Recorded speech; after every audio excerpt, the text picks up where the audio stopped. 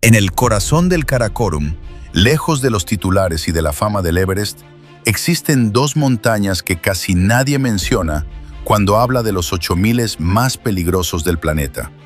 No tienen el marketing del K2, no tienen documentales constantes, no tienen filas de turistas, y sin embargo, superan los 8000 metros de altura y han cobrado vidas en silencio durante décadas.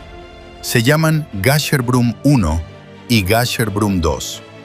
Gasherbrum significa montaña hermosa en lengua balti, y desde lejos eso es exactamente lo que parecen.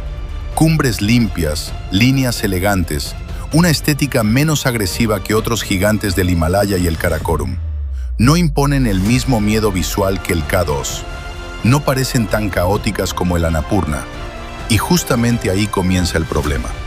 El Gasherbrum 1 mide 8080 metros, el Gasherbrum 2, 8035. Ambos están ubicados en Pakistán, dentro del macizo del Baltoro, una de las zonas más remotas y frías del planeta. Son 8000 reales. Eso significa que su cumbre está dentro de la llamada zona de la muerte, ese punto por encima de los 8000 metros donde el cuerpo humano empieza a deteriorarse porque simplemente no está diseñado para vivir ahí. Muchos alpinistas consideran al Gasherbrum 2 como uno de los 8000 más accesibles. No más fáciles, accesibles. Y esa palabra ha generado una falsa sensación de seguridad durante años. Porque accesible no significa seguro. Significa que la ruta normal no es extremadamente técnica. Pero la montaña sigue estando a más de 8000 metros. Y a esa altura, el problema no siempre es la dificultad técnica. El problema es el desgaste. En los Gasherbrum, el enemigo no suele ser una pared vertical imposible. No es una arista extremadamente expuesta como en el K2. El enemigo aquí es algo más silencioso. El cansancio acumulado, la hipoxia progresiva, las tormentas repentinas y el descenso interminable. El acceso ya es complejo.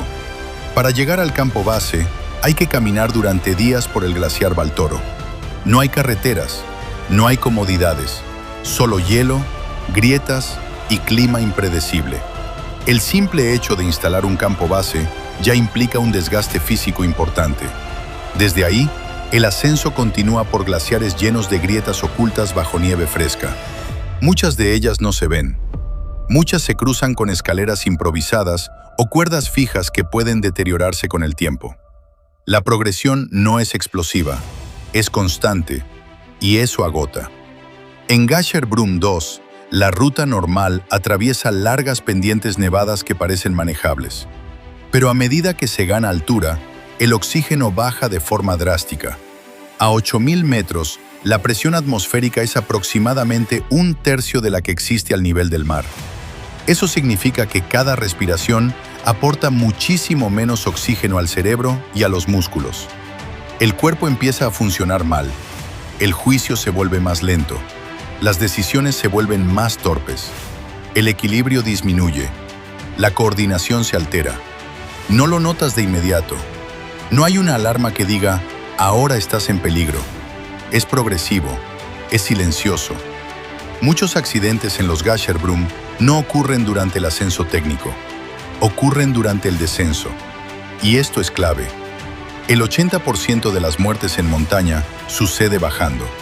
Y en estas cumbres, la bajada es larga, agotadora y psicológicamente peligrosa. Porque cuando alguien alcanza la cumbre, muchas veces siente que ya lo logró. La tensión baja, la adrenalina baja, y el cuerpo ya está en el límite. Ha habido casos de alpinistas que hicieron cumbre en condiciones aparentemente buenas, pero durante el descenso el clima cambió en minutos. Tormentas blancas, visibilidad casi nula, viento extremo. En el Karakorum el clima puede cambiar violentamente. No siempre hay margen de reacción.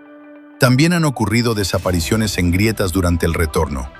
El glaciar no perdona distracciones. Cuando la mente está agotada, los errores pequeños se convierten en errores fatales. El Gasherbrum 1, conocido también como Hidden Peak, tiene un historial de avalanchas y tormentas traicioneras.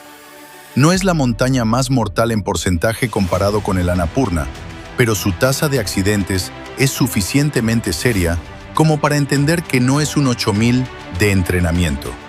Es una montaña real, con riesgos reales. Y hay otro factor del que se habla poco: la duración de la exposición en la zona de la muerte.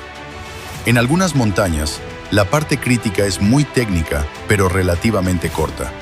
En los Gasherbrum, el tramo por encima de los 8000 puede volverse una caminata larga y agotadora en nieve profunda, con el cuerpo funcionando al mínimo. Cada paso requiere un esfuerzo enorme.